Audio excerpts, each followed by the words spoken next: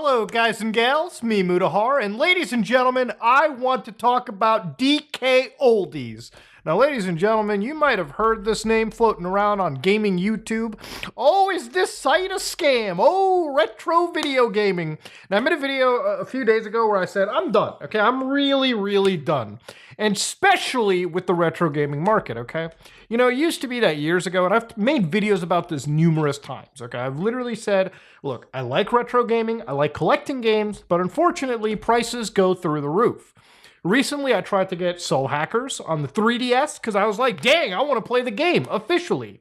And you know, normally, I don't really cry about it too hard, because usually there's a digital storefront that has a game ROM for like 20 bucks, okay? So if realistically all I want to do is play the game and support the development of these games, like if I want to support Atlas, then I can give them 20 bucks on the eShop and be done with it.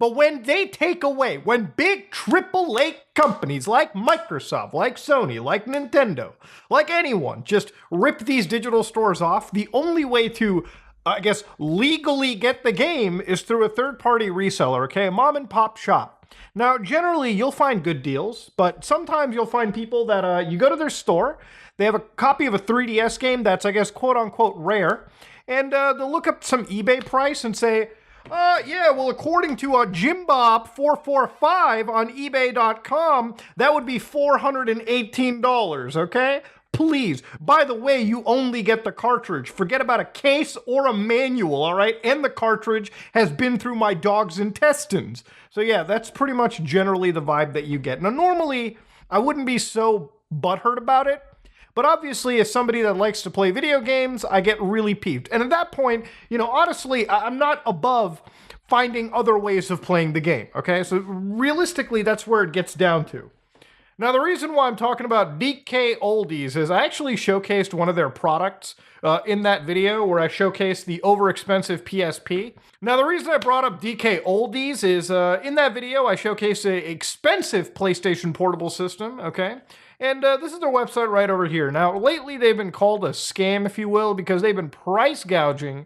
And it seems like DKOldies doesn't understand what the definition of the word refurbished is. If I look up the definition of refurbished, the newly refurbished product, made to look new again by work such as painting, repairing, and cleaning. So of course, painting and cleaning is one thing. Repairing, when it comes to old video game consoles, means actually gutting it and repairing certain aspects so it can really be as good as new. That means replacing things like clock batteries, your thermal pads, getting rid of things like rust, leaky capacitors, so to speak. Yeah, there's actually a lot more that goes into refurbishing. It seems like DKOldies wasn't exactly keeping up with it. Now, if you go to their website over here, this individual, he's sort of like the face of DKOldies. Like, basically their whole gimmick is they have a YouTube channel where effectively, like, if you make an order, they can, like, customize it and make, like, a video out of it where they're, like, packaging up your ordering and shipping it to you. So you kind of pay for the whole DKOldies experience.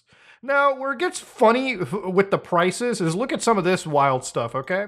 Now, ladies and gentlemen, this is Metal Gear Solid Peace Walker, the PSP game. Now, this is $46 Canadian, okay? Now, I know I make fun of Canadian currency all the time, but it ain't that devalued, all right? We're talking about 46 bucks for a used copy of a PSP game, which, by the way, look closely, it's only the game. Meaning you don't get the case, you don't get the cover art, you don't even get the goddamn manual, which is, I would argue, a pretty big aspect of PSP games, okay? So yeah, when you get into this magical world, surprisingly, yeah, guess what? Used game for 46 bucks. Now, of course, I wouldn't be that mad over it, but when you look at the prices for this, you can see that the PSP version, like, at the lowest is like $17 that it's been spotted, mid is $22, and high is like $42. You are paying over the high price, ladies and gentlemen, actually. Actually, wait, is that over the high price? It's 42 US. What is 45 Canadian? Hold on, wait. 46 CAD to USD. $34. $34. So you're paying between mid to high for literally the game and just used. Whatever. Not the biggest deal in the world, okay? Then you look at the Sony PSP. Now, you want to know what a PSP is, ladies and gentlemen? This is a PSP, one of God's greatest handhelds ever provided to human beings. Now, this is the PSP 1000. I got it modified, so on and so forth. Now, of course, if you go to DKOldies, by the way, I got this for $70, okay? 70 bucks. It's got some cosmetic wear and tear, but everything works. Even the little UMD drive at the top, okay, surprisingly. DKOldies is selling a good condition system for $241. Okay, what if you got a cosmetically flawed system?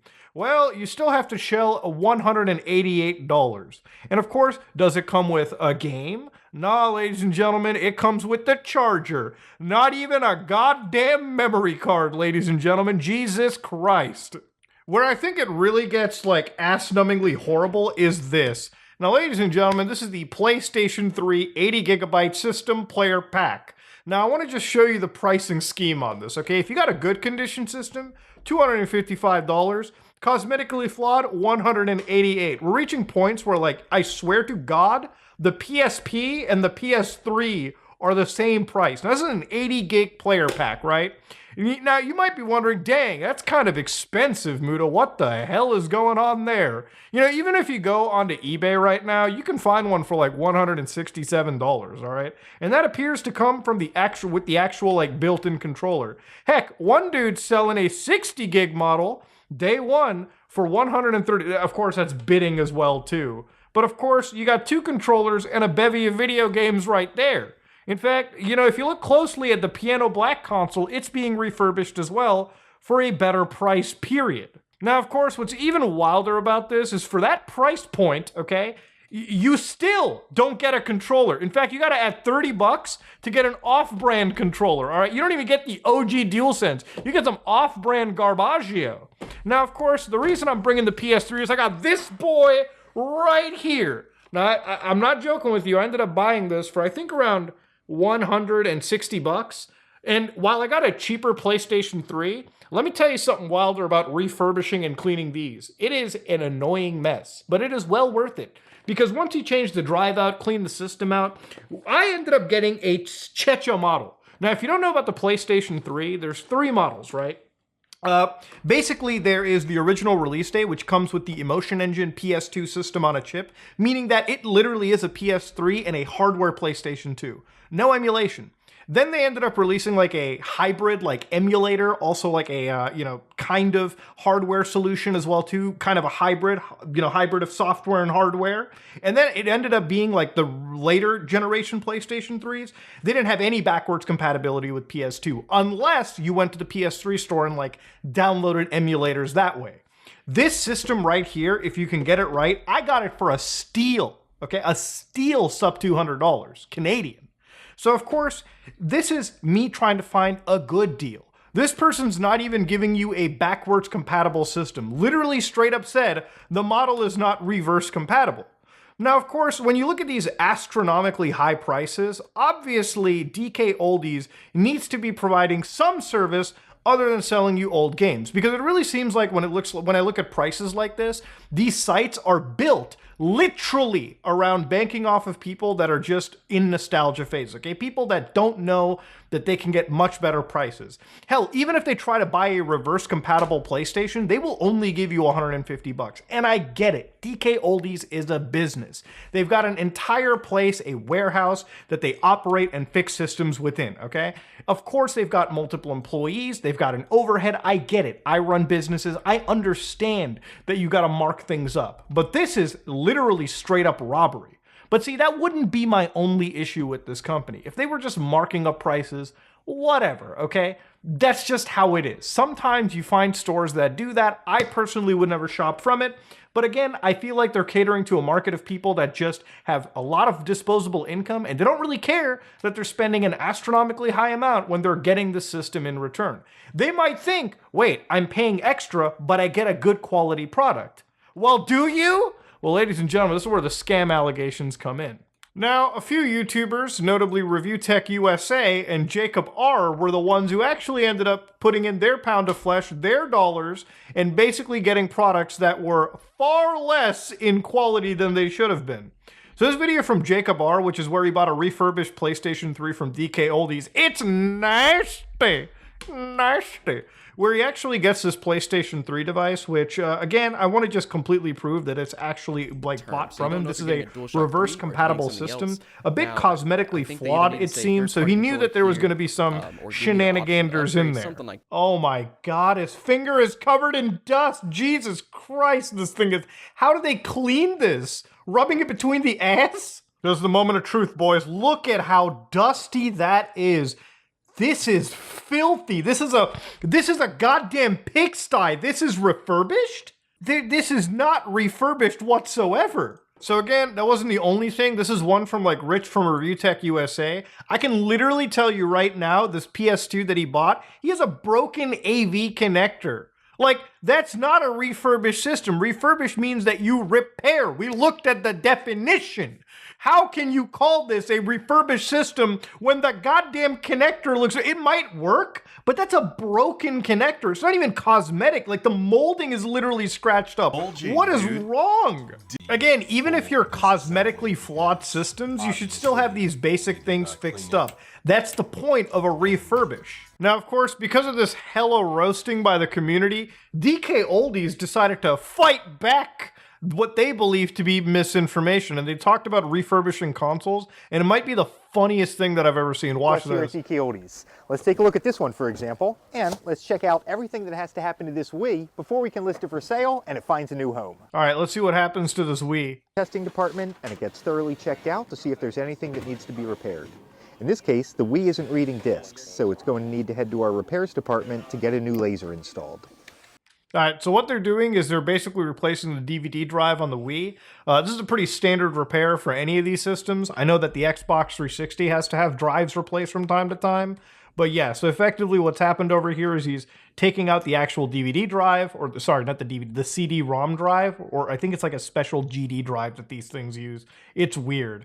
But effectively, he's fixed up the actual DVD drive, plugged it in together, and sent it. And then this goes to, like, the cleaning phase where they, like, dust off real quick. It goes to these, like, cosmetic repair individuals who, like, basically sand this thing down and use literal magic erasers, which are sandpaper, by the way. So you're straight up breaking the texture on some of these actual systems. Literally, you're actually damaging the device, too. But again, what is this supposed to answer? What, they fixed one Wii?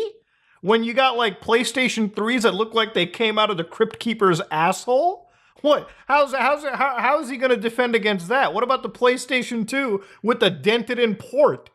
What? You're going to... First off, it's not even the price gouging that wilds me out. It's the fact that if they're calling this refurbished, and those guys received products like that, look, either both those guys are lying, which would be severely bad for their channels, their business, and these people could sue them for straight up defamation if those two were lying.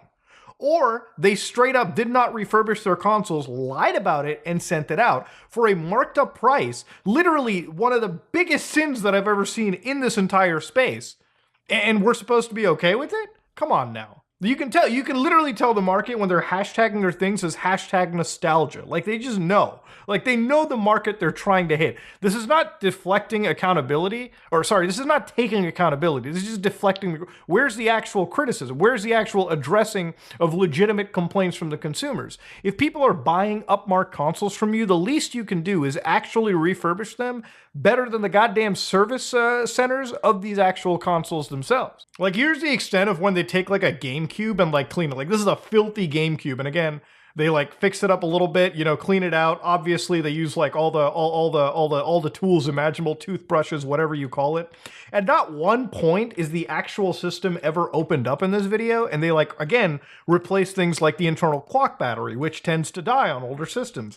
Thermal pads, for instance, which easily could extend the life cycle of this console. And of course, once again, leaky capacitors on the board. These are things that any refurbisher would actually look into, and it's not as if these people have done anything. What they're doing is they're cleaning up the shell, oiling it, making it look a little bit nice, I guess, but completely ignoring the actual things that go into fixing some of these older systems. You know, this is just one thing that I have a problem with when it comes to the world of video gaming.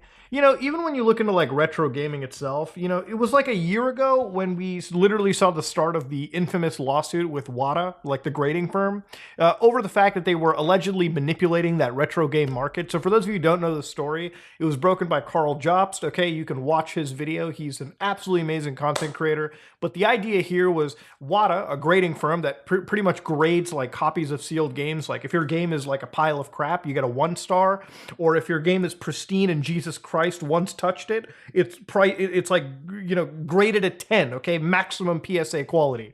Now, of course, what happened allegedly was WATA was in bed with another company known as Heritage Auctions. So because WATA graded these things really highly, Heritage Auctions was able to inflate the price by an insane amount. So again, this is one aspect where the entire industry was hijacked by literal finance bros trying to profit off of one of our favorite near-to-dear hobbies. Now, of course, when it goes to DKOldies, one of the problems that I have is if it was just marking up the price, I wouldn't even make the video. Hell, I would just say this is an example of one reseller that's literally trying to bank off of stupid people. And in that case, while it's, I think, ethically wrong, for sure, there's nothing necessarily illegal or scammy in that regards. But when you say things are refurbished and you're trying to fix up these older systems, which, again, I have a PlayStation 3 sitting right here. Have you ever actually heard one of these systems before they're cleaned up? It sounds like a Boeing 737, okay? So unless you know how to properly refurbish, change in the drive, like first off, fix up the thermal paste, change the actual drives on here, fix up everything around it, then this thing is going to sound like a straight up jet engine. Now, of course, you know, the thing with a lot of these systems is obviously as time passes, the need to buy PlayStation 2s and PS3s and Super Nintendos dies away because of things like emulation. But at the end of the day, if you're somebody that wanted to get one of these older systems for old-timey sakes, there are better places to buy from. DKOldies, as far as I've been able to look at, as far as I've been able to see, is a site you can't trust. Simply because if they're claiming to refurbish these systems, they're certainly not doing a great job at it. They're certainly half-assing whatever it seems, and it seems like they're selling products that definitely should be marked as heavily used, okay, if anything.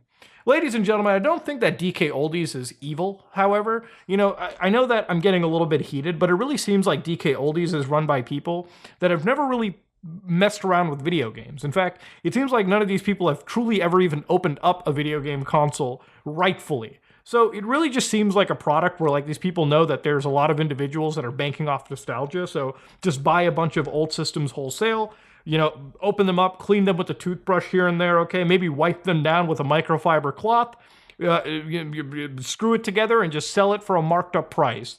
And that's pretty much what we're sitting at, ladies and gentlemen. Yeah, it's one of those sites that has not taken accountability. And honestly, I wouldn't doubt if there could be a potential lawsuit against them, simply because they're definitely not advertising like they should. Again, the reason I'm also making this video is because one of my favorite hobbies in the world has been hijacked by people like this, and unfortunately, trying to find a good deal when it comes to retro video gaming or gaming in general is just a dying breed. That's pretty much what it comes down to. So, yeah. I'm probably going to make a video on this PlayStation 3, actually. If anything, let me show you the cool aspects of retro gaming systems.